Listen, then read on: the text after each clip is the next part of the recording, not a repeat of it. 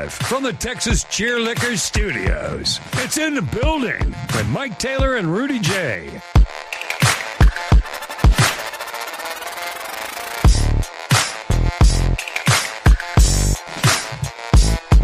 Stop me if you've heard me rant about this before.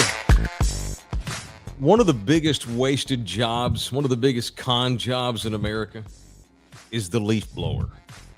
The leaf blower. Sitting here talking to Luke Cat here before the show started, and I could just hear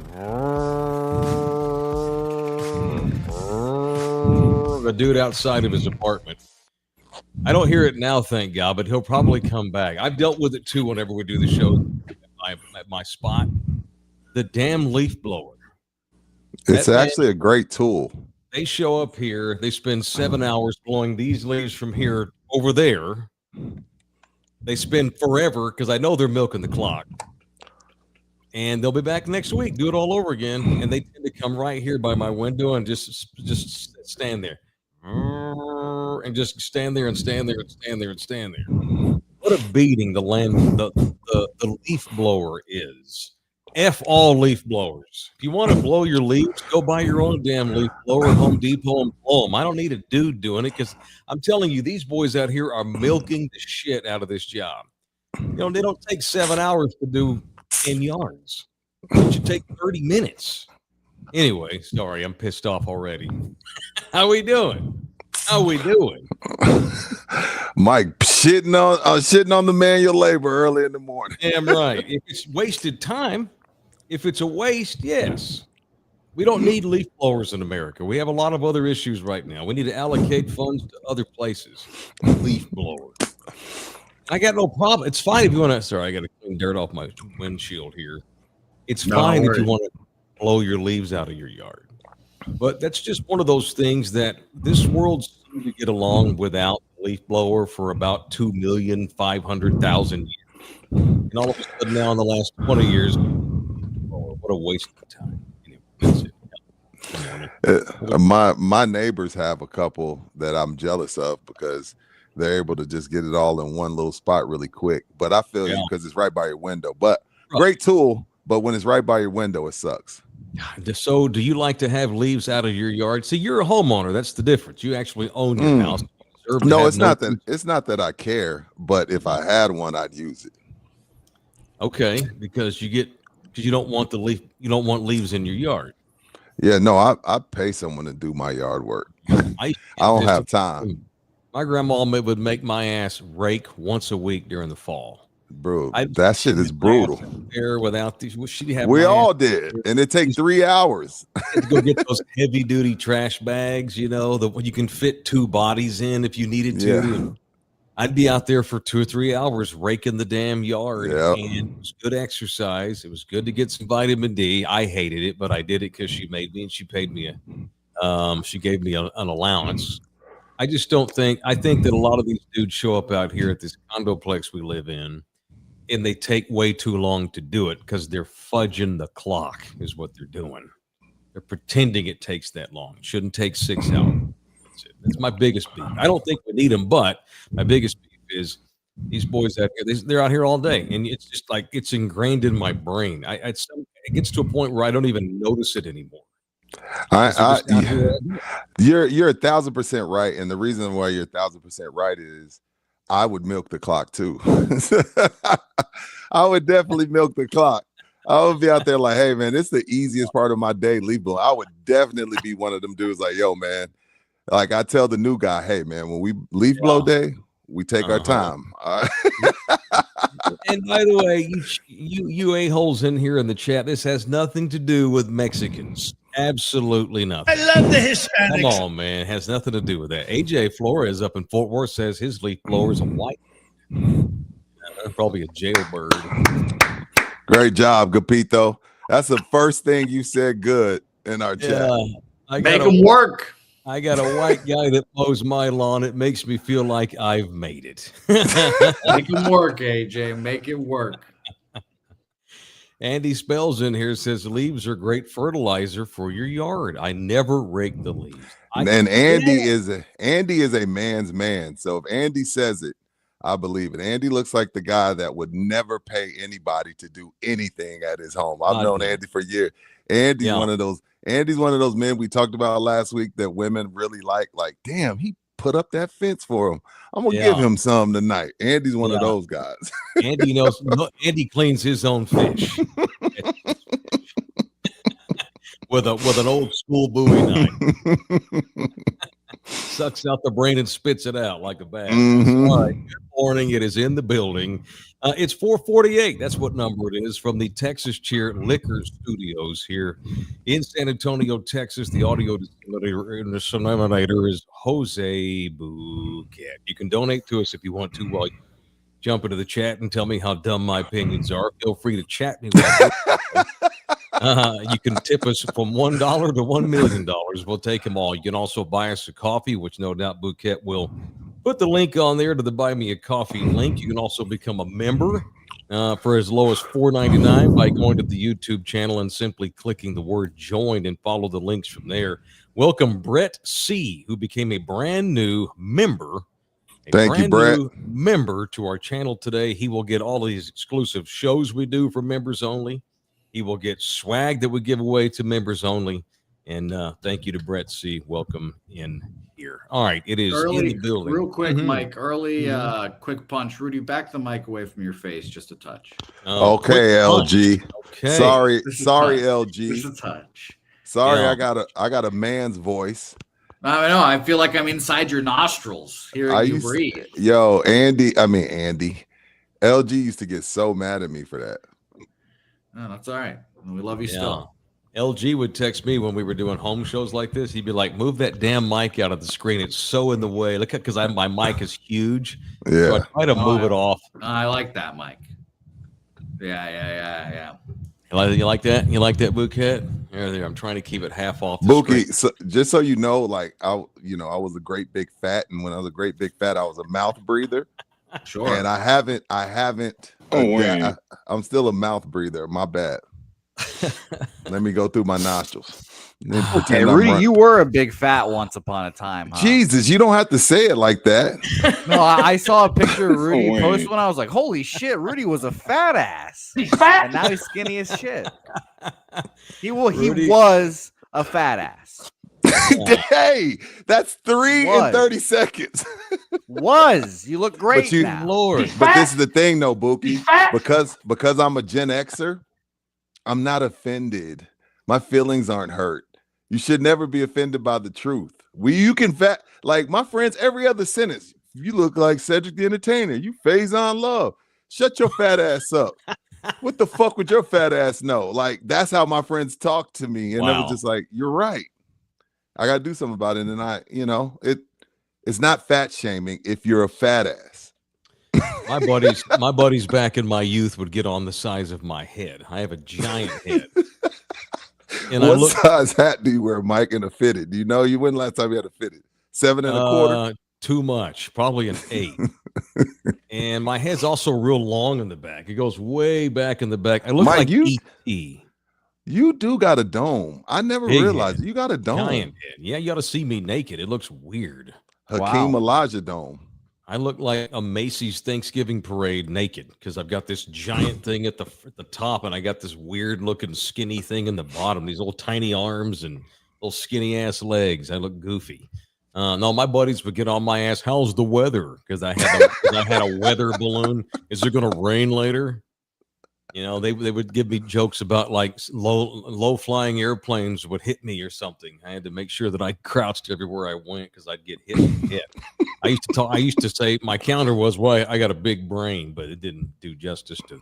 I was the butt of the big head joke. Bouquet, I can't imagine what they got on you about. Probably being so tiny.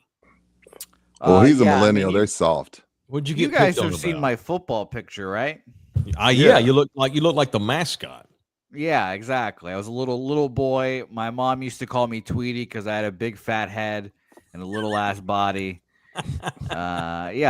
Just pick your variety of things. Late circumcisions, whatever you want to make fun of. Late circumcisions. We wouldn't even know that. You just want to share that with us all. That's the thing.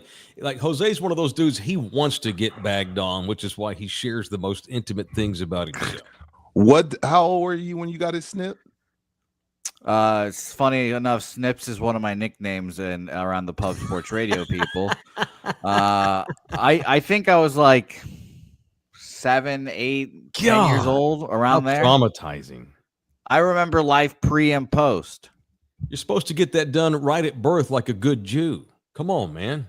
Well, unfortunately, circumcised. My father wanted to keep the tradition going, and I said, nay, I guess. That is the thing that I agree with the Jewish faith the most on. A bris, is that what you call that? Where they snip the skin off there, this foreskin, and they let your mushroom out?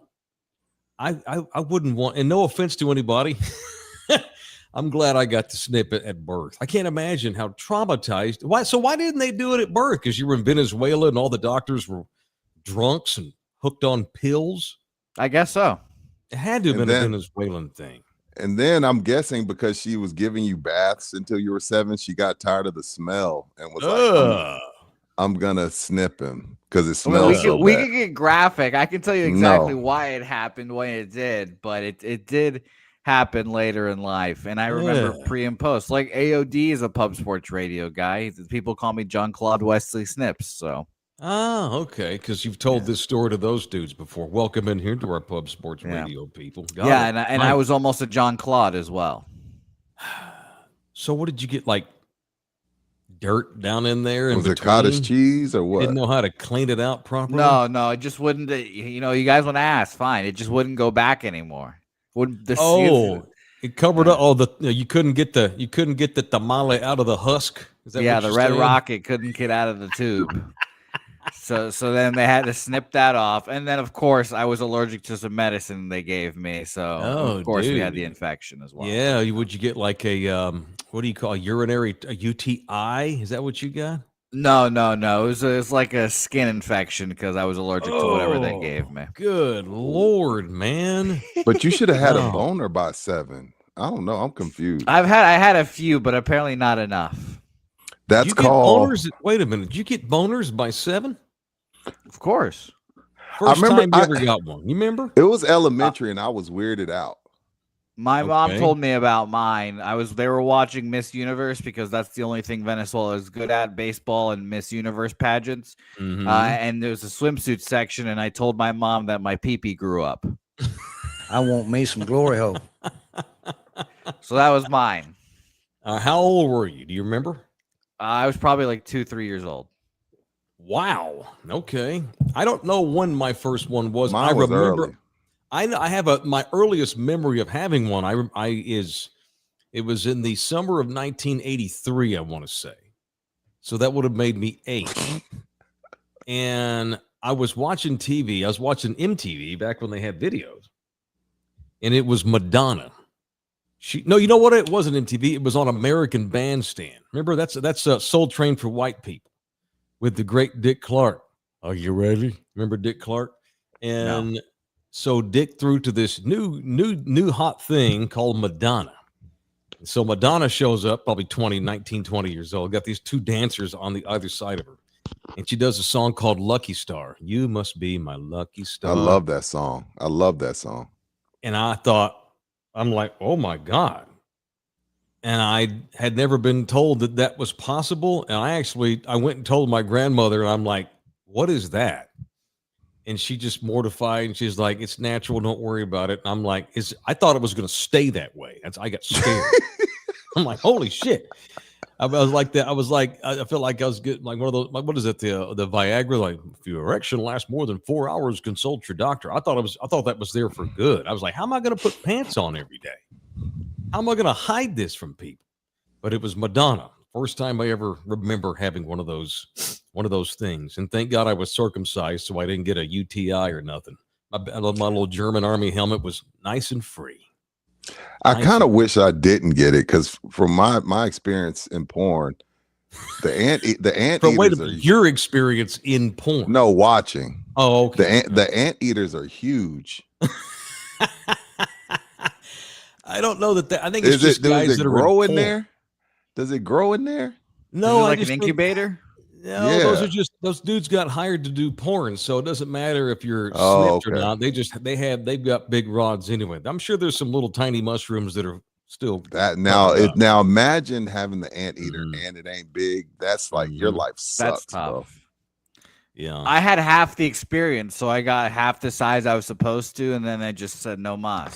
You know. I hope we're not going to depress anybody in the chat that. I or know. people I'm sorry. listening. Well, I Oh, think but the gee, I like, guess I'm just a freak. No, you're not. I don't think the Catholics, which in this city is mostly Latino, Mhm. I don't think they do. I think Are you sure? so. I don't think Hispanics get circumcised, bro. I've not been in a room with a lot of naked erect dongs, so I can't attest to that. I haven't either. I'm saying like I don't know. I am A confirmed woman the needs Hispanic a woman that can didn't, a woman so. can confirm that or not, probably. What's that, Bouquet? I'm a Hispanic that was not circumcised at birth, so I do count to the demographics, I guess. I don't think it's a Latino thing. I think it's a Catholic thing. But I'm not an expert on it. I don't know Well, men's schlongs, but Mhm. I think Catholics don't believe in circumcising. Well, the only people that would know are gay men and Mexican women in this city. We should do a survey. Just walk around asking Mexican women about that. And your experience, what percent were SNP? No. We have Mexicana. volunteers though. We have volunteers. Raul Who? says I am. My wife loves it. I am what? I am what? Not cut? Circumcised, I'm sure. Oh, yeah, of course. Yeah. Look, And Ja our guy, Brown. yeah, here he says I'm brown and not cut. Hashtag team foreskin or just team skin. Thin skin. Okay, shout out to Little John. Shout foresy. out, Holmes. Shout out. Yeah, no offense. I don't know. I mean, to each their own. You know, I didn't even, as a kid, that's the other thing, just innocent childhood shit. I didn't know that you got snips because I got it at birth. I didn't know that I was probably 13, 14 that there was a such Me thing either. as a Me tamale either. that still had the husk on Me it. I either, didn't know Mike. that. I had Me no either. idea. Yeah. Me either. Well, Bouquet just outed himself. He's snips henceforth, I'm sure. Yep, Some whatever you want to snips. call me. Y'all want to start the program? Yeah, let's do that. We're only 20 minutes in, and it's Oh, long talk. it is what it is. This is a great opportunity right here to mention the great Jay Ribaldo. My Damn, man Jay, we got statisticals and everything with him today. Jay's So not every month, snip. Jay will. Oh, be careful. Jay will send us. He's Catholic. Oh, he ain't snip. So, oh wait, I thought you said the Catholics. Oh, they don't or they do. They don't. Okay, again, I don't know. Sorry, Jay. I don't have any confirmation on that. I do know that Jay he just listed a beautiful home up in Bull Birdie. So we drove up to Fort Worth last weekend, and I drive every time I go up 281, which is every few months or so. It continue. You just see the development when you're not up there. You know, when you only drive that way every 2 to 3, 4 months, you're able to see the development. What's going on in Bulverde right now? I mean, it's going to look like Stone Oak here in 5 years, if not less. We just Business keep going is out, done. Mike. We just keep going Yeah, man. out. Yeah. Mhm. Yeah. They just keep getting There away is- from us brown folks. Well, that's your opinion, sir. Yeah, well, or They're the brown coming. folk. Helen, they're coming. We got to go to Boulevard. Well, it's reversed now. All the whites are moving back to the inner city and forcing the brown man into the hinterland. So maybe you can Say it find louder. you a cheap house out in Let me Troy Bulverde. Aikman it. Look at your Troy Aikman hands.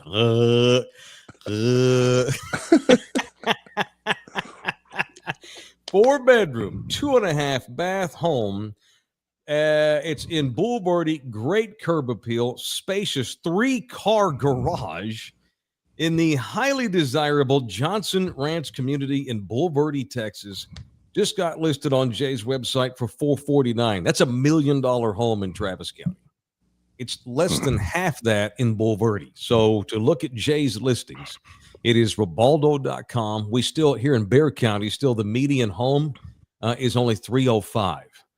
You Nice. ain't living it. You living in the hood in Dallas or Oh Austin God, for that. Yeah, you ain't Yeah. living in Bulverde. So that's the average a median house. gentrified price. That's a gentrified price in Dallas.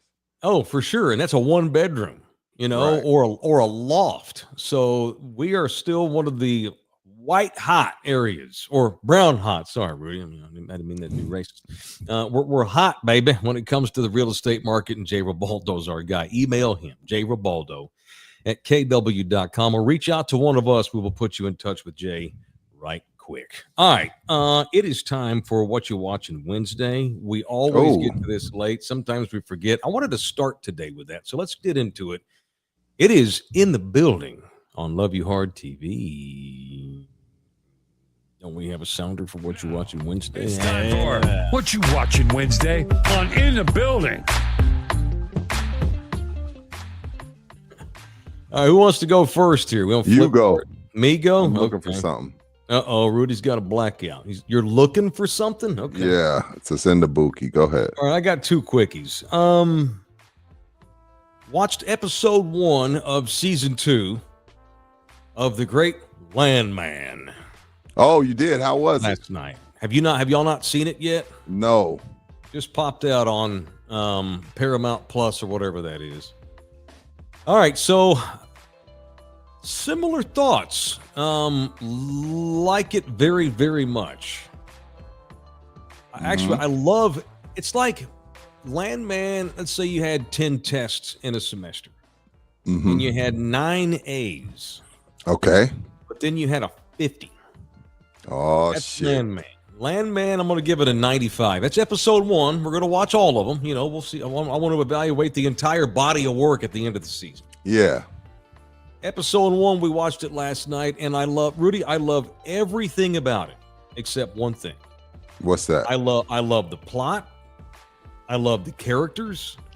I love the storylines. The acting is unbelievable. The great Sam Elliott is in this season playing Tommy's dad. We saw him last night. He was brilliant. It's all filmed in my hometown, so it's cool to sightsee watching it. TCU is a major player in episode 1. Really? Which is super cool. And I'll give it a 95. I'm not saying don't watch it. I still cannot get around the women in this series. Taylor Sheridan, Fort Worth's own Taylor Sheridan, the creator of this show. What you think is they're over sexualized? I remember you saying Yes, his depiction of women is just fucking 1950s. They all have to be hot and have fake tits and ass and fake hair. But do these landmen think like that though? Is that where he's coming from? Well, is that where he's writing this from? I'm Billy trying to Bob, get into his mind. No. I know lots of landmen. It's the portrayal of women, and not just the hypersexualization of them. They're all real vulnerable, and they're all crazy. All the women, and this is Yellowstone too, by the way. All of the women in Taylor Sheridan's shows are crazy. And I always have to fight through that part because I don't like women like that. I don't like hypersexualized women like that. And last season, he had a teenage daughter, and she was walking around naked. She was in boy shorts. Yes, or she's banging a dude at school, and we have to see these graphic.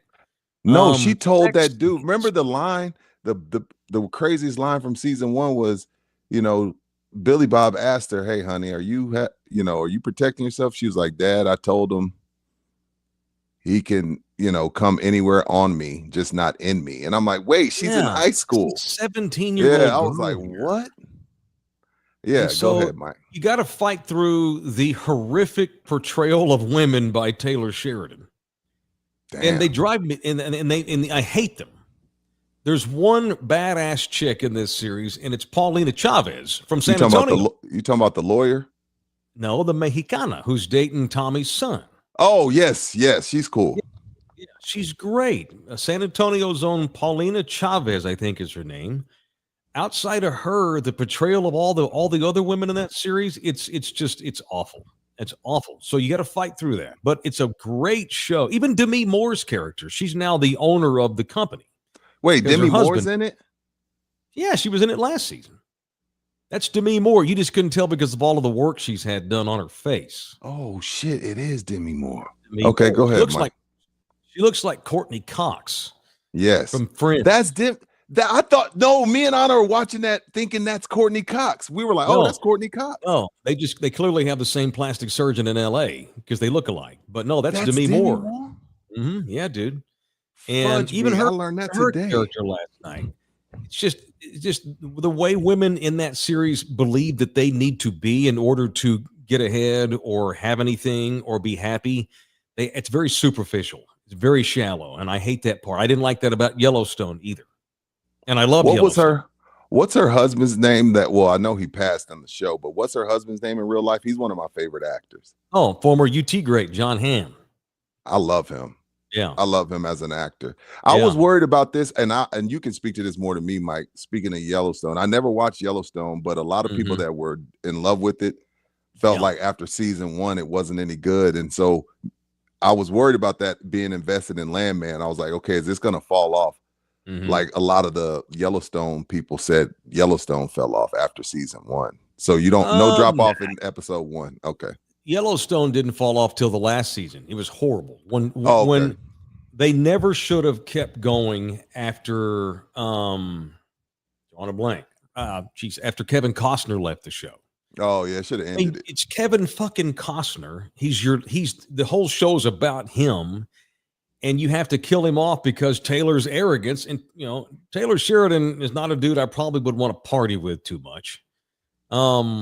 Because his ego got the better of him, and he wound up letting Kevin Costner leave the show, and they never should. The last season was dog shit. Total terrible shit. But I liked all of it until then. I just hate the way they depict women. I love the plot, the acting. The city, the music's great. Turnpike Troubadour, some of my favorite music's all over this thing. Sam Elliott. But man, I can do without the melodrama and the bullshit surrounding the two female characters that are his wife and daughter. Just drives me nuts. You'll see when you watch episode 1. Okay. You'll see. But it's great. I'm going to keep watching it. It's never going to be a 100. It's going to be a 90 to 95 as long as those women are portrayed that way. What you watching, man? Bookie, give me that graphic. So right now, I've just been watching a lot of sports, so I haven't gotten into anything. I did start the Netflix Frankenstein, but it was late, so I went to sleep, but I'm enjoying that. But here, Mike, are the most watched shows right now. Okay. You got I guess, is that Peacock, All Her Fault? I don't know what Death by Lightning is, but a lot of people are watching it. Tulsa King, my brother-in-law is huge into that. I've never started that. Isn't that Taylor Sheridan too? I think it is. Is it? Damn. Yeah, that guy's ridiculous. I mean, I don't want to bag on him. I just hate the way he portrays women. So right now, I've heard Pluribus is very good on Apple TV, number 4. Yeah. I've heard that's very good. And then Nobody Wants This season 2. Almost 400 million people are watching. And all that's women. This brings up a topic that you and I discuss a lot, Mike. When you see these numbers, you got 2 billion people watching something that's called All Her Fault. In their chones with their snacks on their couch. Yes, sir. If you got 2 billion people, and then this list together combines probably almost 4 billion people. You got 4 billion people that are choosing to stay home. So I don't know if some of these movies that we've talked about recently are flops, or it's just like ever since COVID, it's got to be something that we really, really, really, really, really want to see. To get up, drive, and go spend $100 to go to the movies. I got 4 billion people right here in front. That's the only reason I put this graphic up.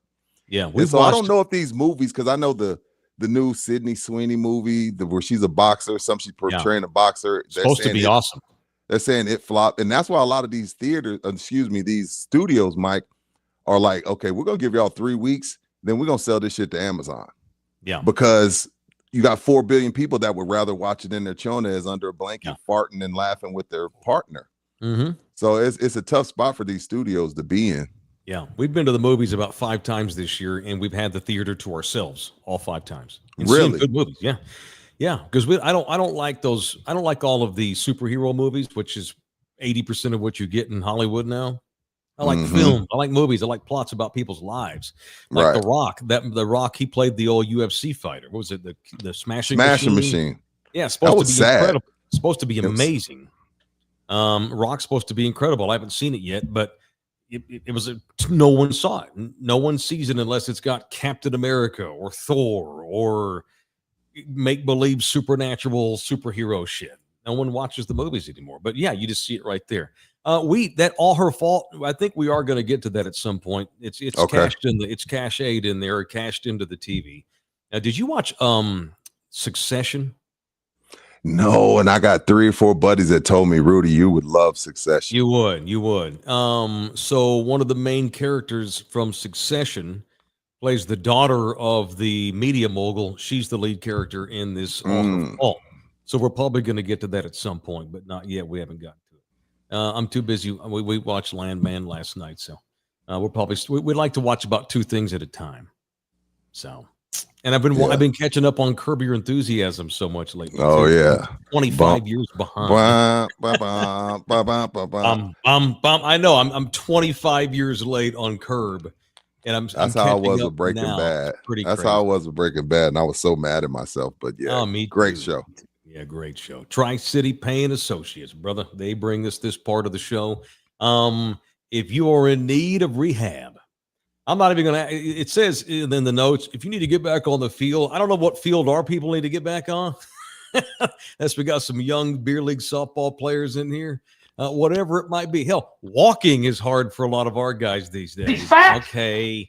But no matter what it is, if you got chronic issues, neck pain, back pain, butt pain, booty pain, foot pain, whatever it might be, get your ass into a Tri-City Payne Associates, the official rehab specialist in the building. They'll help you recover right so you can get back in whatever game it is you're trying to get back in safely. Every patient, every time, excellence without exception. It is Tri-City Payne Associates, offices in San Antonio, of course, Austin, Corpus, Dallas, Fort Worth. It is Tri-City Payne Associates. The local number, 210-756-5628. I'm going to make an appointment for myself once and for all. Once I get back from New York, I got to get this shoulder looked at. I got to. When you go, let me know. I'm going with you. Okay, cool. I've got to get this shoulder. And Bookie's coming, and we're going to roll on it. I've had shoulder pain for 2.5 years. Ever since I wiped out freaking Hawaii out there acting like I was Aquaman, who effed up my shoulder. Oh, my shoulder hurts. Yeah, I know. You're such an old shamer, bro. Your ass wouldn't have been able to get the paddle off the beach. At least I got out there until I wiped out and hurt myself. Bookie acts like he's not going to get old one day, man. I can't wait. You will. Andy Spell, the aforementioned Andy's in the building.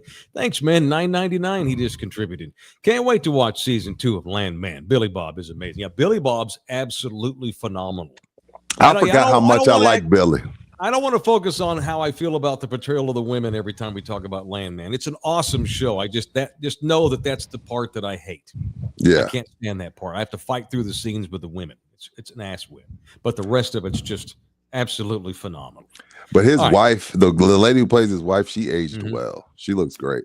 Well, she did. She did age well. And it's funny because her name's Allie Larder, and she lives on a ranch in Idaho with her family, husband and kids. And she did this long thing not long ago, Hollywood Reporter or one of these Hollywood rags, and basically said she's the absolute opposite of that character in real life. But she lives in Idaho. That says all you need to know. Well, but she defends Taylor Swift's portrayal of her, and I wouldn't be doing it if I thought it was detrimental to women or whatever. Yeah, okay, whatever. But it is. I just can't. Again, I don't want to focus on that shit too much. But anyway, yeah, Allie Larder, she's been around a while. Rogie is in the building. Thank you, man, for the $5 donator. First time I masturbated. Jesus. Contractions scared me. I was 10, and I am uncut, and every girl loves it. Grower, not a shower. Damn YouTube censor. He can't write what he wants to, so he had to clean it up. See, that's like 3 Latinos that ain't cut. Well, he's not just the girl that stayed with him. He's every girl he's ever been with. Oh, okay. Oh, Bill, my man. That's not true. Every single one of them. I left them bitches asleep. Yes, sir. By the way, that's Mike Gundy, right? What's that? That drop? Yeah. Yeah, that is your boy. That's the 40-year-old ball coach. What's he doing these days? He's making spending money. Hype. He's making hype videos for the Oklahoma State club hockey team. That's what he's doing. Really? Yeah, he made it. Go buy some tickets for the Oklahoma hockey team. No shit. That's hilarious. Well, he got hockey hair. Yeah, he can be himself on Outkick now. Yeah, I'm surprised he's not a pundit over there. Yeah, he ought to go work with Travis. What's his face? Or was it Clay Travis? Clay Travis. God, is that guy still alive? Dude, Clay Travis is and not for me, but Clay Travis is a big dog. I haven't thought about him in years because he left and went to political radio, and I don't it pays more. Time. Yeah, I'm sure. All right, I wanted to do this real quickly. I don't want to spend too much time on it if we can help it, and we'll see how things go. So I thought, I don't like to overreact each and every week. I don't want to go big picture every damn week. Are the Chiefs no longer the team to beat in the AFC? What does this victory mean for Pittsburgh? I don't love all that, but I have a trade scenario for both of you. Wanted to see what you would think on this. All right, you ready for this? All right, I'm going to offer you enough cash to at least franchise tag George Pickens. Okay, I'm going to offer you. You're gonna get a number 1 draft pick. Okay, you're gonna get Kenny Clark, and you're gonna get Quinnen Williams. All right, so you're gonna get Quinnen Williams, Kenny Clark, and his murder face, a number 1 draft pick, and enough money left over to franchise tag George Pickens from Micah Parsons. Will you do that deal? Will you give me Micah for all those things I just offered you? Every day and twice on Sunday. The only thing, but I'm going to nitpick it. And this is the fault of the NFLPA or the NFL players. Yeah, the NFLPA. Mm-hmm. Because they're the weakest, because they have so many guys to pay that they have to get back to work, that they sign off on a thing that says a guy can be franchise tagged for up to 3 years. Mm-hmm. I would hate that for Pickens. That's just that side of it. But would I do the trade to stay on topic? Absolutely. Absolutely. But yes, that's probably going to happen. They're probably going to franchise him, and that sucks for Pickens. But I'd do that trade all day long. And if that's how it works out, Mike, I'll give Jerry an A. Yeah, I mean, and we'll check back in a month. If the Packers win the Super Bowl and Mike has got 2 sacks in the game, and I mean, we can always reevaluate later. But it's but see that I don't no that to me that to me is I don't care if the Packers could go back to back. I would still, if it plays out the way you set it up, it's still an A for Jerry. Right. You're right about that, because the Cowboys had to make the best decision for them in the now and in the future. Yeah. And he can't come to your division. Or if not, they get a number 1 pick. So then it's an A+. Right. Just because your ex-wife has a great new life don't mean y'all still shouldn't have gotten divorced. That mic drop. Okay. All right. That's great. That's a great analogy. That's a great analogy. And it's an A for Jerry if it works out that way. And I do think they're going to franchise tag George Pickens, because right now they're behind Puka and Devontae Adams. Yep. And it's close. And it's close, but they're only better because they have Matthew Stafford. But I think Pickens and Bryant, if they're not the best duo, they're second best. So I don't know how you let Pickens walk. CD and Pickens. Yes. Yeah. They're the second best wide receiver duo behind Adams and Puka Nacua. How do I say his name? I don't want to disrespect his family. Am I saying it right? Puka. Sure. Well, the Hawaiian kid that plays. Yeah, Nacua, him. Cool. Them two they're probably the best because they have Matthew Stafford, but I really, honestly, in my heart, I feel like Pickens and Lamb are the best wide receiver combo in the league. Right. We live in this society where you have to have a massive opinion over everything you hear every day. Yeah. Oh, a terrible decision. That's horrible. That's horrible. Why would you possibly trade a number 1 pick for Quinnen Williams when your defense is terrible? He don't make you great right now. He made him pretty good the other night, and they played the Raiders, but he was pretty damn good the other night. He's been good. He's been good all year.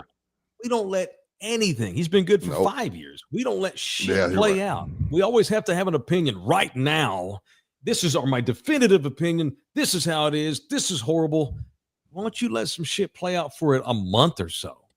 Looking back as to right now, and it's only the 19th of November, and Dallas is still under 500. The Cowboys made the right decision for them in the now and in the future. I don't think it's debatable, but we can debate it. But to me, it's not debatable. Yeah, and provided they keep the other number one they have left over from the trade. Let's see who they pick in the draft next year, because they're going to have Green Bay's pick. It'll probably be in the 20s, so it's still a number one freaking pick. It's probably going to be a decent player. Just saying. By the way, I know we all love George Pickens right now, too. Going back to my point about let's try not to get caught up in the moment. We all love George Pickens. You know, he's still the same guy that Mike Tomlin gave up on, which is right now, Mike don't look great. He's a guy that got suspended for the first series of a game. Yeah, the other night because he was late. He's taking some stupid 15-yard penalties. He had one the other night, jumping on the goalpost. I can live with that on occasion. And he's fired up he wants to prove the Steelers wrong. He's in a contract year, so you would think he'd be at his best, of course. But he's got a great chemistry with Dak. He is freeing up CD because CD has been just completely annihilated physically the last 2 years. It's been nice to have him over there for CD. But this is still there's a freaking salary cap thanks to the NFL Players Union, who gets their ass kicked every time there's a negotiation. There's a tight salary cap. At this point, they may have to make a decision just to let Pickens out, just go. Damn. But if it's in the greater good, Ryan Flournoy, every time. I love dude him. Can play, I like man. I like him a lot. He ain't Pickens. No. But he ain't going to cost me $25 million next season. George Pickens is. Now, this is the thing. Jerry's got a decision to make. Does Jerry want to be the good guy and say, hey, man, hit the open market, go get your money, go take care of your family? Or does Jerry say, hey, man, this is business, and I'm a franchise tag you? But now, when you're franchise tag, you still have to be, your yearly salary has to be within the top 3 or 5 of the salary. So right now it's probably like you said, Mike. So it's going to be 1 year at minimum that you got to pay him, probably $28 million, which is a lot. But if your boy Flournoy keeps doing what he's doing, it makes that decision easier. So that's a great point. Yeah. Hey, I may not even be here in a year. I don't give a fuck. Franchise his ass. Jerry's 84. It's business. I like George Pickens too, but I don't want to overreact on that either. Like Dez Bryant went on this Twitter rant Monday night. They have got to extend this man right now. I'd give him an extension right now. Now, wait a minute. We have to be patient in this world we live in. I know none of us want to be, and it's hard to be, but you have to be. That was a great trade the Cowboys made. Micah and Dez also jury out on Pickens. Anyway, sorry. Dez also said that he would choose legacy over the money when talking about Pickens, meaning Pickens, hey man, stay a Cowboy for a little less. And people had to remind Dez that Dez fought tooth and nail for his money. Guys get their money and they forget, like, hey man, Pickens hasn't got that big deal that you got. So I get where Dez is coming from, but what is the legacy? Are they winning the Super Bowl if he stays, or is Dez just saying, hey man, it's nothing like being a Cowboy? The money that George can make off the field by staying will make up for any money he won't get off the field if he goes to, Cincinnati or Miami or somewhere. I don't know. It's just being a Cowboy for the individual player, it's a no-brainer. You ain't gonna win, but you're gonna be on Monday night 4 times a year. Your Q rating is gonna go through the roof. You're gonna get sleep numbers gonna give you money. Old Spice, sleep, absolutely. Yeah, all of it. Yeah. Anyway, Dak makes 49, I think, this year in salary from the Cowboys. Okay. He'll make double that in off the field endorsements. Double. Granted, he's the quarterback, but still, there's a lot to go around for the Cowboys wide receivers. CD's been on commercials lately. I've noticed he's got a couple of new ones. Yeah. All right. Slackers, the annual blanket drive is coming again for Slackers. You can donate a new blanket of any size and receive a raffle ticket for a chance to win one of several prizes. Holiday beer pong tournament coming up too. We talk about this all the time. Slackers always has stuff going on. All of them. Yeah, this is gonna be the night at Slackadoches, the home of the beer pong tournaments. Those beer pong tournaments get for real. But if you are in the area, let's say you don't want to go play beer pong, you don't drink, you don't party, whatever, go at least donate, a couple of those, wash them. Go donate a couple of those old blankets you got in your house. that, you know, somebody's about to get cold, I think, for somebody that's in need of them that may have gone through some hard times. So annual blanket drop tonight. Go drop off a couple blankets at Slackers, Nacogdoches, and let them know In the Building sent you. Here's another major knee jerk I've noticed the last week, especially after Monday night. Oh, let CD go. We're good. George Pickens is clearly the Cowboys' number one. Oh, yeah. Kenny's in here now. I would trade CD and sign Pickens.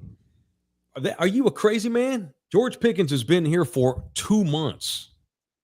I wouldn't do that. I ain't going that far. I like him, but I ain't going that far. Let's not see. That's an example of overreacting in the moment. CeeDee Lamb's been here 4 years. He's a warrior. He earned his money. He's as tough as it gets. He's as consistent as it gets. There's no future in Dallas, certainly not the next 2 to 3 years, that does not include CeeDee Lamb. So let's not even go down that route. It's Pickens. If Pickens is back next year, great, but CD ain't going nowhere. CD's going to remain right where he's at. Just saying. Pickens is great. But again, he just got here. It's been 2 months. The Steelers gave up on him. He's in a contract year. How many times over the years do we see athletes ball out their contract year and they get paid and all of a sudden the production goes way down? Also, defenses are still getting acquainted with the Cowboys offense too, with George Pickens in it. Just let the season play out, not overreact and say crazy things like let's trade CeeDee Lamb and let him go. Nah, I ain't doing that. Not yet. I ain't doing that. All right, last night, the new college football poll is out. And if the playoffs were to start today, Miami would be in, which they don't deserve. Tulane would make the playoffs if it were to start tonight. A team that UTSA beat 3 weeks ago. If it started today, Tulane would make the postseason. So go ahead. And would get their ass kicked by whoever they play. How stupid. Yeah, that don't make much sense to me, Mike. Zero. But I think the one that makes, and I hate to keep picking on these guys. I feel like because they're so rich and they have their own network and they don't have to play a conference. I hate picking on Notre Dame, but when you go and break down Notre Dame's schedule and what they've done, no conference championship, they've beaten a bunch of teams where their combined record is like 8-48. Yep. And because they travel well, the committee puts all this into factors because these stadiums got to make their money. I hate to keep picking on Notre Dame, Mike, but at some point we got to force them to be in a conference or something has to change. Agree. Something's got to change with the Domers. It's almost not fair. And I'm not saying they don't have a good product. I'm not saying that they're bums. I'm not saying they're Tulane, but it's just not fair. It's not fair because some of those games on the schedule that used to be like, oh shit, well, yeah, Notre Dame's not in the conference, but look at it. Some of those teams suck now. You know, your USC's and your Stanfords or whatever. Like there was a time where it was like, oh, damn, Notre Dame got to go to Stanford. Notre Dame got to go to the Coliseum. That doesn't exist anymore, and it's almost unfair. It's almost as unfair as Tulane getting in, a team that got beat by UTSA. Yeah, it's wonky right now, and they got to change it, and they're going to. And I don't know why they never should have done it this way in the first place. Where because Notre Dame has that freaking symbol, they just get all the benefit of the doubt. But then you stick a team in there that shouldn't be even close to being in Tulane. It's bullshit. Even and by the way, credit to Tulane's coach John Sumrall. He said yesterday, so they're in the top 25. They're like, what, 24 or something like that? Sumrall said last night, I'm not sure if we should be in the bottom 25. We're so inconsistent. Right? No way we're a top 25 team. Good on John Sumrall. He called bullshit on this. Playoff team, I'm not even sure if we probably are closer to the bottom. He said we're probably closer to the bottom 25 than the top 25. I know the coach would say that. I'm good for him, man. Knowing you, I know your answer to this question, but I'm going to ask you anyway. Would you be saying the same if it was the Runners? Absolutely. Okay.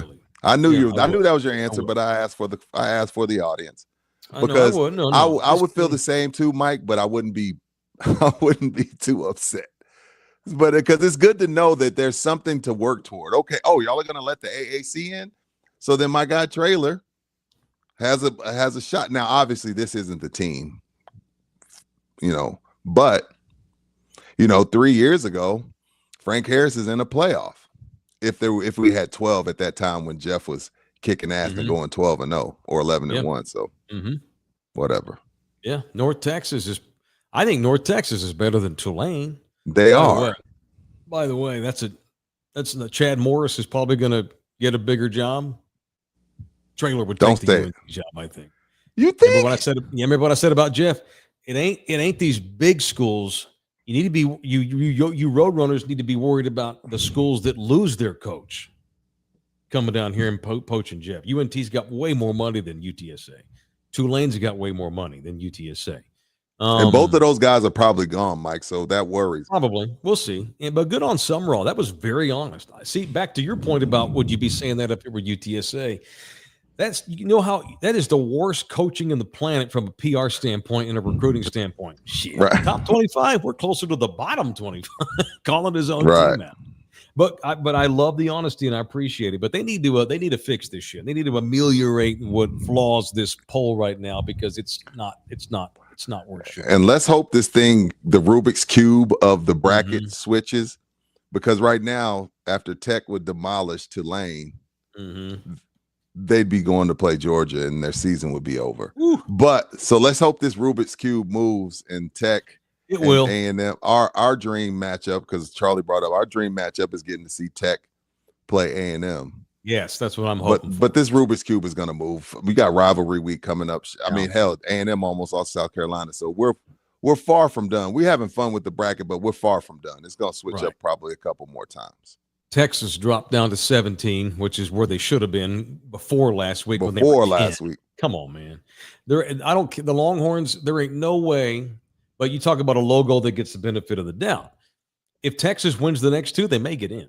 They shouldn't, but they might because they're Texas. They might. It's the same thing for Notre Dame. If they beat A&M, Texas may make the playoffs with 3 losses, and that would be unfair.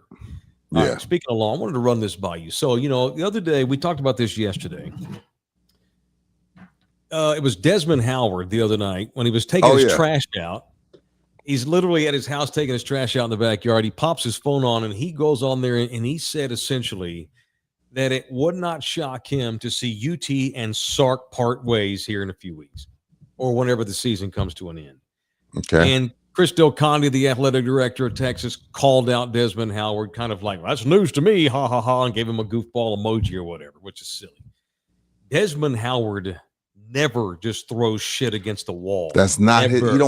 He's a millionaire without having to do that. So if he did it, he got it from a credible source. Absolutely. So did some more reading on this matter yesterday, did some thinking on this. So, and this probably has nothing to do with it, but fun fact, Desmond Howard and Steve Sarkisian have the same agency. Just saying. What? Yeah, same agent. Maybe Sark's going to the NFL. I think that's highly more likely than a college job because there's not a better college job than the UT, so it's got to be pro level. And that would be where Desmond didn't say they're going to fire him. He just said they're going to agree to mutually part ways. Sark may have his eyes on the NFL. And I was thinking about this yesterday. I was talking to a couple buddies about this yesterday.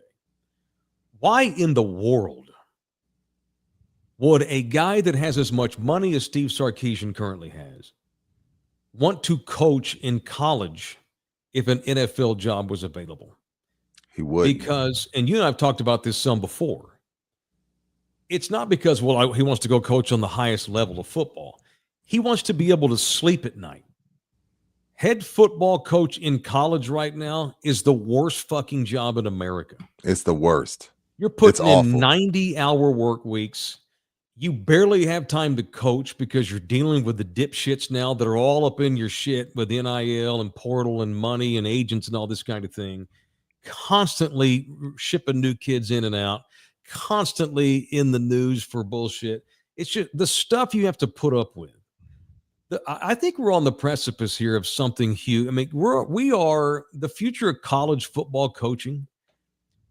Any guy worth his salt, why would you? It's almost like, why would you run for a political office right now? Never. we're going to be left here if they don't change and start putting some regulation into the portal, into the NIL, into what they're paying kids. If they don't get some new rules on paper, we're going to be left. The only people that are going to want to coach in college are going to be narcissists like Lane Kiffin, or young dudes just looking to cash in. If you're Chad Morris and you get offered, I don't know, let's just say LSU hires Chad Morris. You just set your family up forever. Well, you don't want to spend 20 years at LSU. It's going to take 20 years off your life. Damn it. If you have a chance to go to the Broncos or the Panthers, or hell, even the Browns job is a better job because at least you have time to see your children once a week. Get some sleep. I guarantee you, Brian Schottenheimer does not have near the pressure that Steve Sarkisian had. It's not. No, it's not. And not only that, like at the end of the year, Brian Schottenheimer doesn't have Kenny Clark coming to him and saying, "Hey, man, the Packers are telling me they can give me $6 million. Can y'all match me? If not, I'm gonna go." Like, you're already under contract. There's a lot. The problem is, Mike, there are no more. The legacy coach is done. And I remember Kobe talking about, I tried everything in my power to get Coach K to come coach the Lakers. That was different. He had a legacy. Lou Holtz. We could go on and on. Sark, while UT is probably the best job in America, regardless of record, there's no legacy there. There's no real hard ties to UT to where I could be like, wonder what it would be like to coach Cam Ward and test it out. I just want to go see if I'm made for it. College, all the NCAA is not going anywhere. I can always go back. I mean, even Saban tried it out for a minute because he wasn't legacy at LSU at that time. But in the heart of Nick Saban being at Alabama, he got offered NFL jobs, but it was like, yo, I'm a legacy coach. You got 4 or 5 years now. You got 4 or 5 years. And if NFL comes knocking, you don't get to that level if you don't challenge yourself. These guys are always looking for the next challenge. And if the NFL comes calling and and Sark has a decent quarterback and he likes the GM, hell yeah, I could see him trying. Just let me go see what I got on Sundays. I could see that in a heartbeat. I think that's why Desmond probably said what he said. It was probably has something to do with Sundays, not Penn State or LSU. Right. James Franklin just got fired at Penn State. They owe him $60 million guaranteed no matter what he does the rest of his life. He just got hired at Virginia Tech. Why? If my ass had $60 million, you wouldn't ever hear from me again. Or if I did get into coaching, I would go coach at like Arkansas State and just have fun again. It's not any fun being the head coach of Georgia or Texas or Alabama. There's no fun in that. You have to be crazy to continue to want to do that. In this climate. Yes. Traylor's different because he's already in his late 50s. He was in high school forever. He was an assistant and a recruiter in college for a long time. Traylor, I think, is the one wild card where, like, he'd take the Texas job if it were offered. Not that they would ever have the guts to offer it to him, because Jeff wants to still prove that he can do it on that kind of level. Jeff wants to see what he can do if he had a really big budget with money. Totally different. Totally different. But James Franklin, you've already been on that mountaintop for all these years. You have all that guarantee money. I see where Jimbo Fisher's itching to get back in. Okay, unless you go coach at like Miami of Ohio, or you're going to go coach at like, I don't know, Arizona. I mean, not even Arizona. Like, if I have $50 million and I still want to coach for the fun of it, I might rather coach at, like, I don't know, Boise State. Because you don't have to deal with the bullshit that they deal with all the time. Now, Jeff has crap because he can't keep anybody. I might even go to a lower level than that. I want to go somewhere where I can just coach ball, like maybe like FBS 1 or whatever. I don't even know the name. I'd go like Montana. I go coach at Idaho State. It's more fun. And maybe if Jay Soul in the chat is right, then yes, maybe Mike is right. James Franklin's crazy because I'm gonna tell you this much: if they tell me, "Hey, if you take a job, I'm not giving you $60 million," yeah, but he already has made in the last 10 years. I'm going. Regardless, though, Mike, if you owe me $60 million, you say all I got to do. It's like with you. You left iHeart, and they said, "Hey, for a year, can't go make no money. But what I'm saying is, shit, if they got to pay me $60 million, then I'll go fishing and golfing until I get my $60 million. Mm-hmm. I'm not taking the Hokies. I'm not taking that job over $60 million. That's why it's like, okay, you really love this shit or you're crazy. Or you hate your wife. Or you hate Penn State and you want to prove them wrong or something. You ain't proving them wrong at Virginia Tech. That ain't happening. Crazy. Funny. So I was, watching all the games on Saturday. I noticed that Aflac has updated its commercials the last couple of weeks.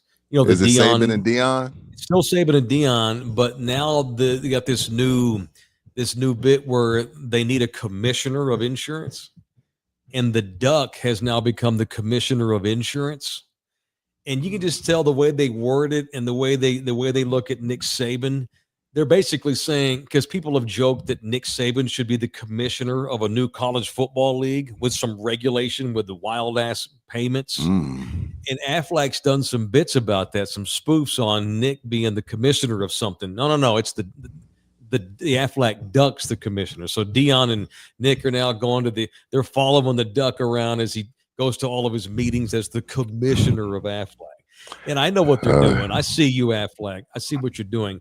College football needs a college football league with a commissioner like the NFL has, with some regulation.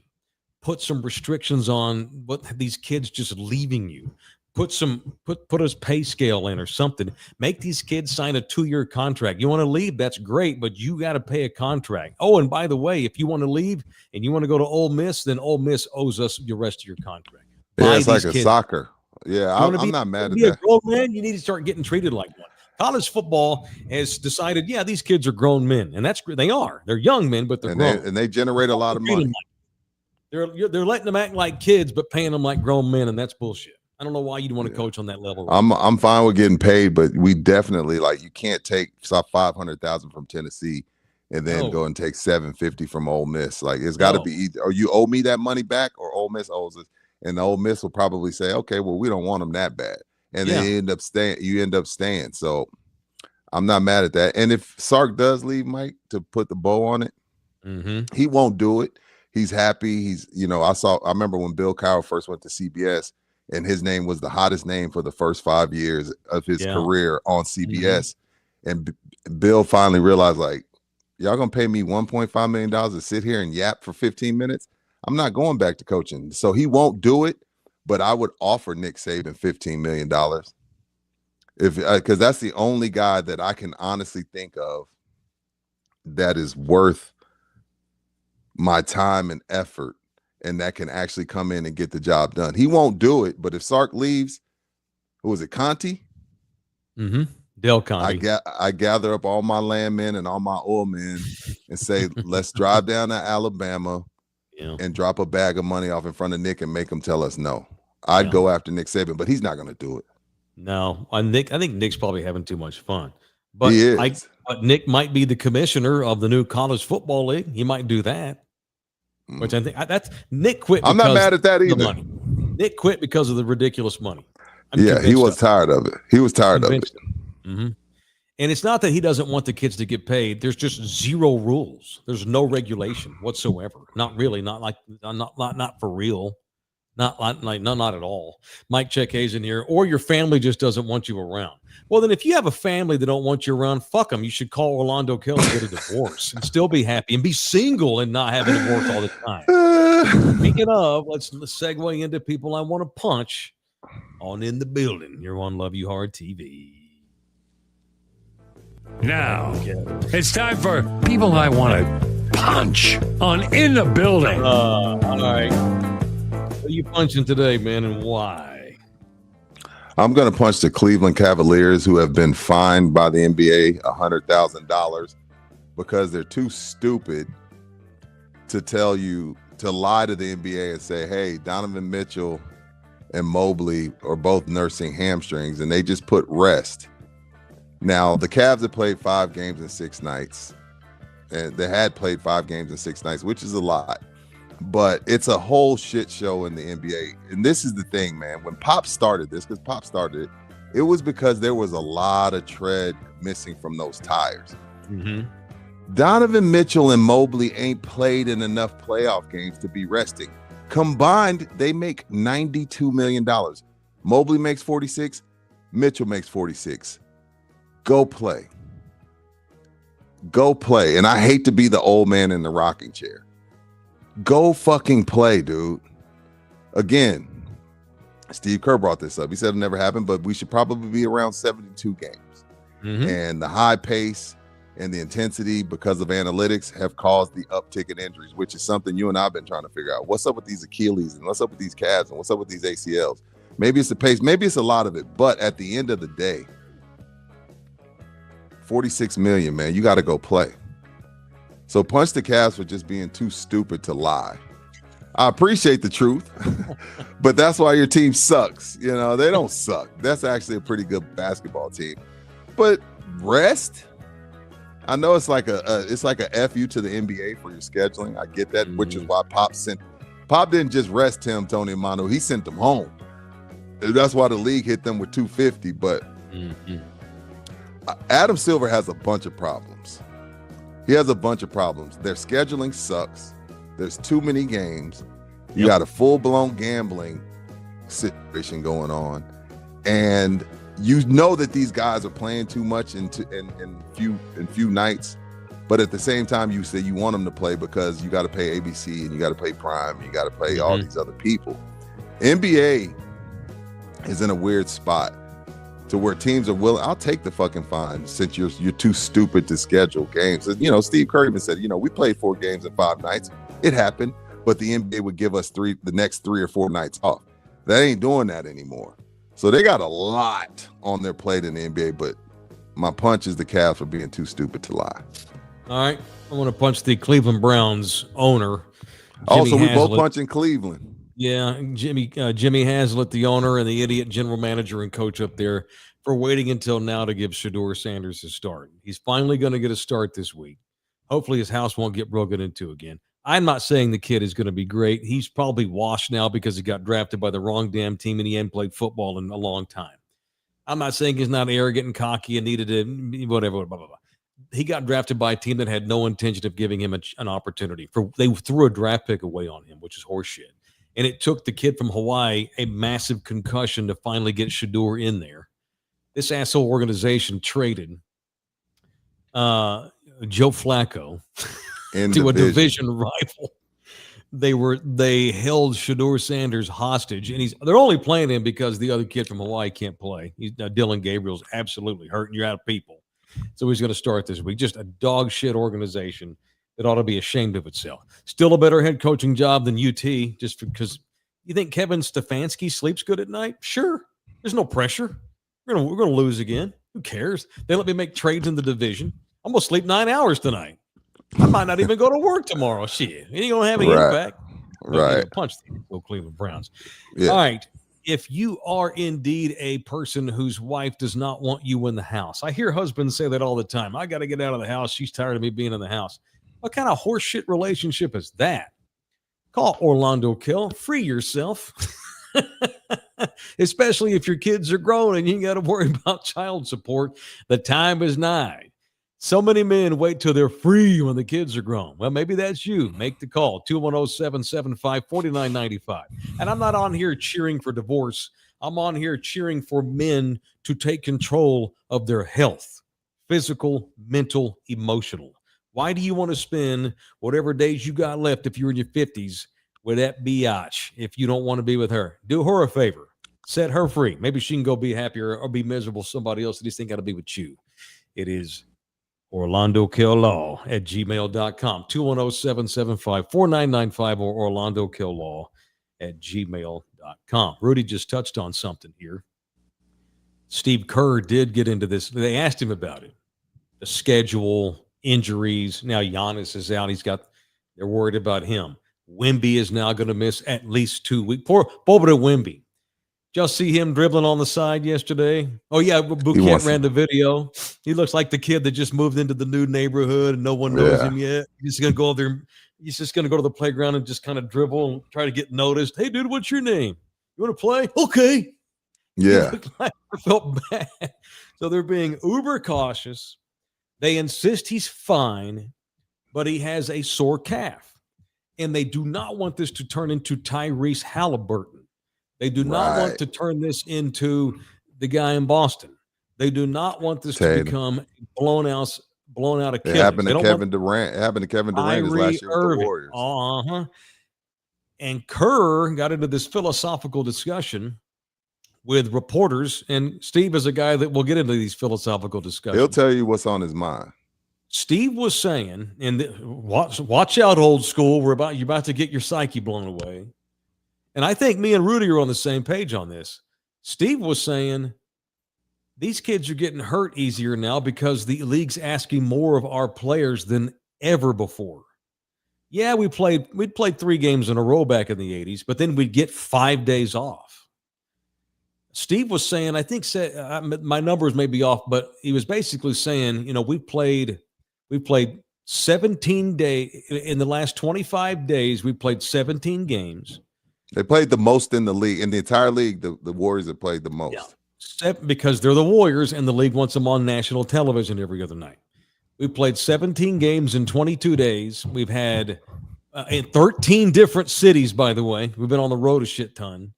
13 cities over 3 weeks, 17 games. And it's just in the style of play now.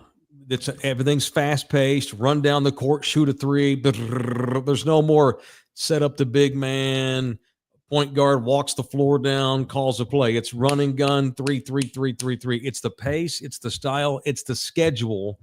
And Steve's correct. These kids aren't soft. They're being asked to play harder. So I don't get triggered, baby boomers. These kids in the NBA now are being asked to do way more things physically than anybody's ever been asked to do before in the league. And the other thing he mentioned that is key, especially like, let's say you're a team with a bunch of young guys, and then we have a lot of those because a lot of teams are rebuilding because 75% of the NBA sucks. The stat that was eye-opening, Mike, was 0 practices. So how am I supposed to develop? If I'm Mitch Johnson and we got this type of schedule, how am I supposed to get good, solid work for Carter Bryant? How am I supposed to develop these guys on the bench? You want me to just throw them in the fire? They've not practiced, and that's what he said. He's like, yeah, with the Bulls, we'd have 3-4 days off, and you know what we do in those 3-4 days off? We get in some really good practice time. Mm-hmm. A lot of these dudes are under 25. I know you were like, oh, they're pros. No, your pros practice. Michael Jordan was the best practice player. He wasn't only the best player ever, he's the best practice player as well ever. Never lost a sprint. But if I'm the Hornets or I'm Orlando or I'm whoever, I'm not getting to practice, and then you also want me to win games? I just played Giannis, then I played Joker, then I played Steph Curry, then I played Wemby, and you want me to get these 22-year-olds ready to play these guys with no practice time, just flights and 2 a.m. meals, getting to a hotel? It's not realistic. Again, compiling this 8-patty burger of problems that Adam Silver has. It's funny. The Spurs are about to play Atlanta tomorrow night. We have tickets. Not going to see Wemby. Not going to see Steph. He's out at least another week. It's a hip flexor. Have you ever had a hip flexor? Those are not fun. I've strained my hip before. It wasn't dunking a basketball. It was probably just like jogging. But anyway, so Atlanta's in here tomorrow night. They're 9-6. They got beat by Detroit last night. They're off tonight. They probably flew to town. They're probably in a hotel today. So the word in Atlanta is that the Hawks appear to be better off without Trae Young, who's not played at all this season. And they're 9-6 without Trae. Trae's label is he's kind of an overrated ball hog. And we're more of a team. The players aren't saying that, but people in Atlanta that watch the Hawks every night. And I'm thinking, well, you never got an opportunity to build any chemistry with Trae Young and your other guys. Because Atlanta's constantly bringing in new players. Guys are constantly coming and going because they're not very good, and they have all these rookies and kids. When in the hell are you ever going to develop any chemistry when you never get to practice? Ever. Right. Atlanta's the team you just talked about, never getting the young team that never has a chance to develop ever. And now all of a sudden Trae Young's a ball hog and we're better off without him. Well, shit, you never get to practice with the guy. It's part of it.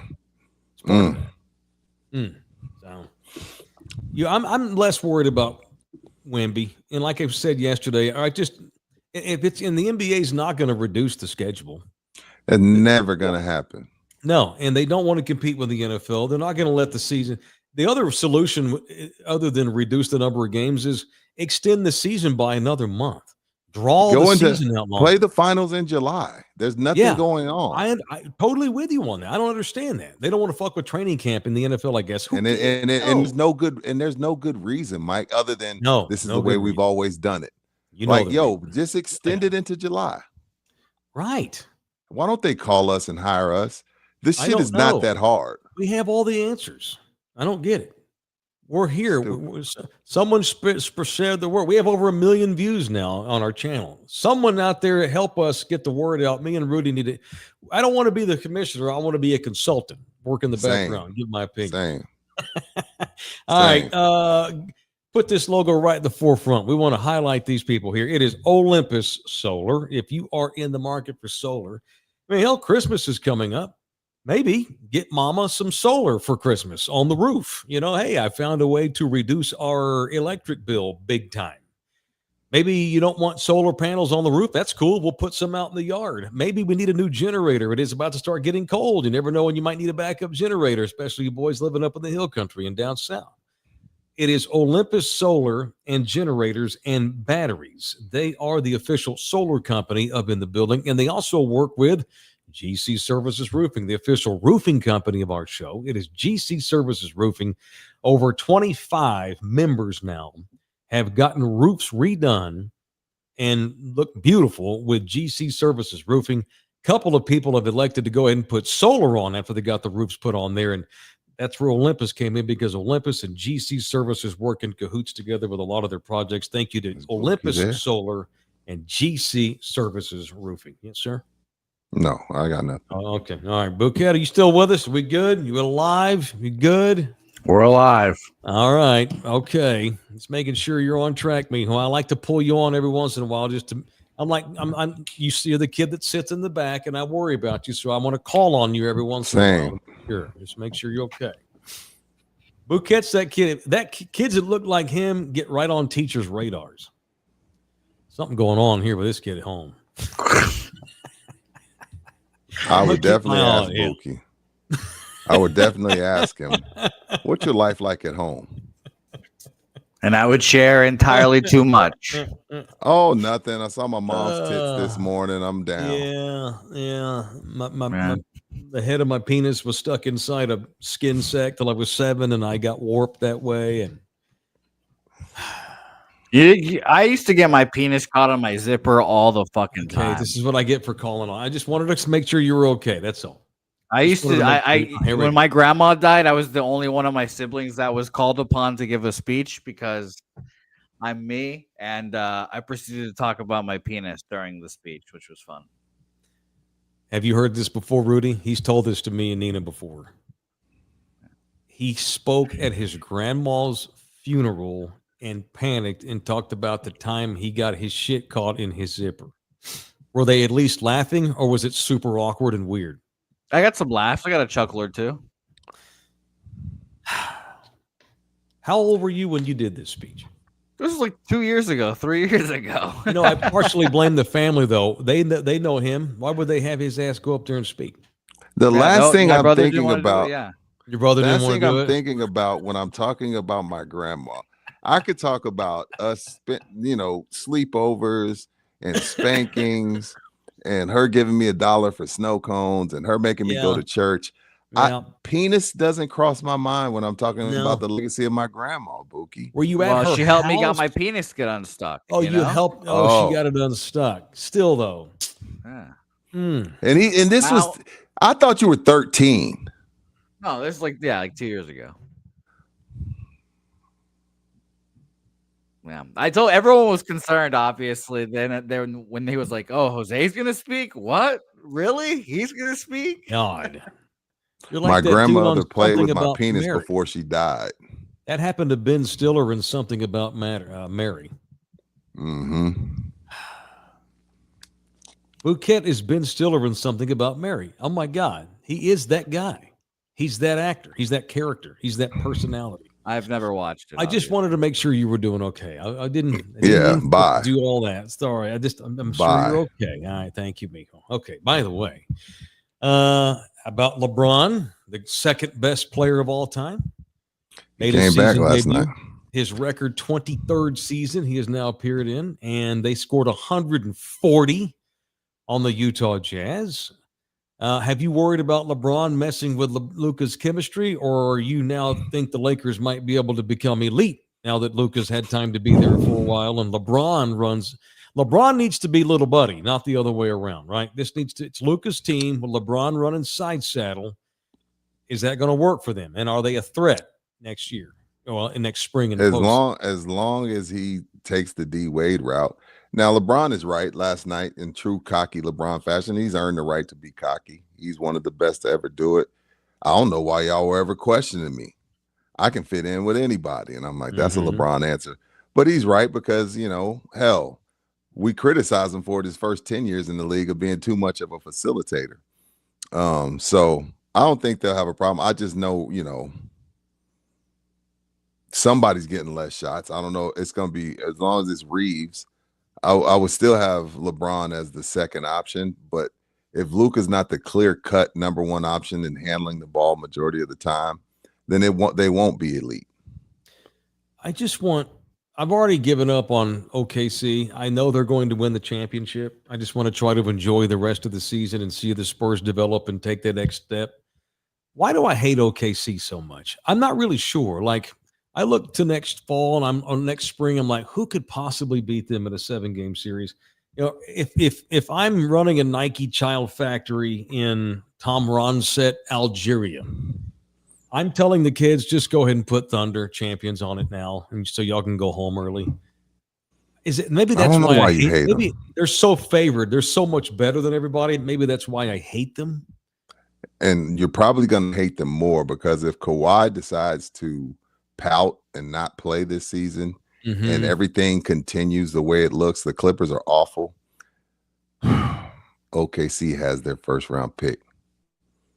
If the Clippers, it's if the Clippers season, if the Clippers season goes in the sewer because it's just so much nastiness surrounding them, OKC has their pick. So you may hate them more.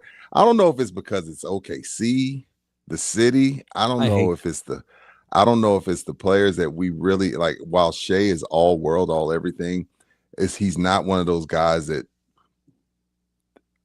I don't see, because again, it's all about the passerby and big business with sports. It's like, can you make Mike Taylor stop what he's doing and watch you? You're gonna watch Steph if you click on the steps there. I don't think you do that with OKC.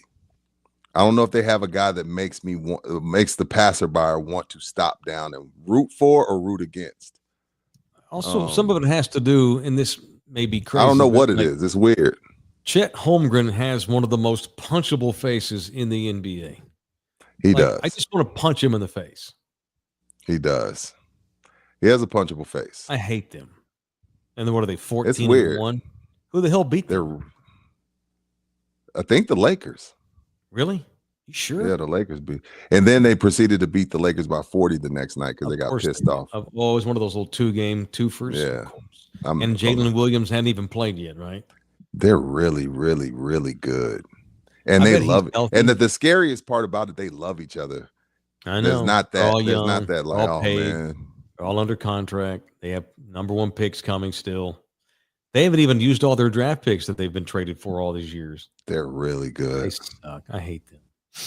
Probably just jealousy. All right, makes you want to drink. Texas Cheer Liquor is the place to do that. The official liquor store of In the Building is Texas Cheer Liquor. And Rudy touched on this yesterday. They have an engraving coming up soon. Yeah, they do. Monday, November 24th at Texas Cheer Liquor number 6. You buy Gentleman Jack at Adura, Woodford Reserve, or Jack Daniels, you get the engraving for free. So, you want to gift somebody something, you would get your Christmas gift out the way if you want for pops or uncle or your husband or your wife, because they do have the tequila. Can't think of a better place to do it than Texas Cheer Liquor. They've been doing this since I've been in business with them. Great thing is always a good turnout. We did one in June out at Texas Cheer Liquor #1. Great turnout by in the building. Hope to see y'all out Monday on the 24th as well.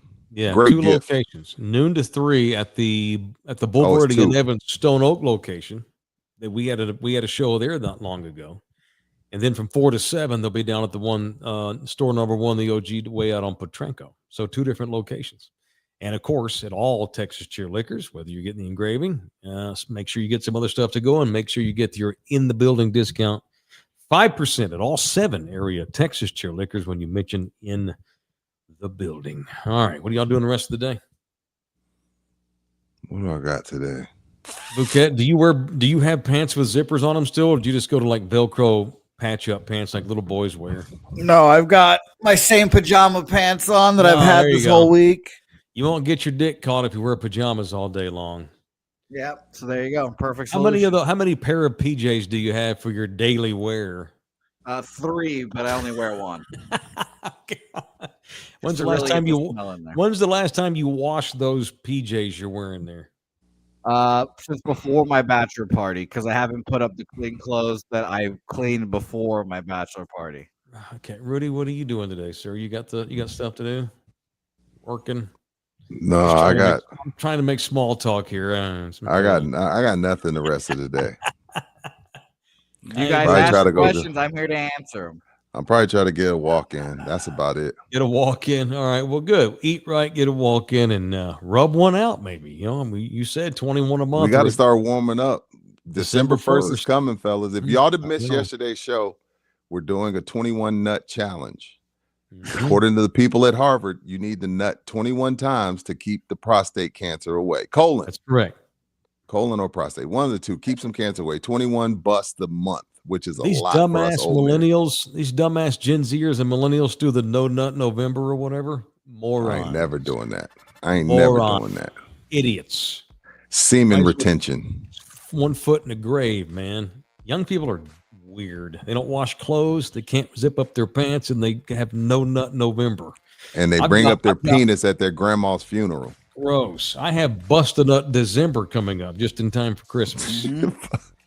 All right, we're done. Thanks everybody who was a part of this one. Please share this with your friends. Tell us about it. Share, hit that like button. That's how we get into the algorithm to get that next 1,000,000 views. To get into the algorithm, you have to hit like and then share the thing. The more you like this show, YouTube will slam us into the algorithm and this thing will blow up. All right, love y'all hard. Stick around, boys. I'm going to talk to y'all about something when we get done. All right, y'all. Later. Peace out, everybody. We gotta keep on doing. You can.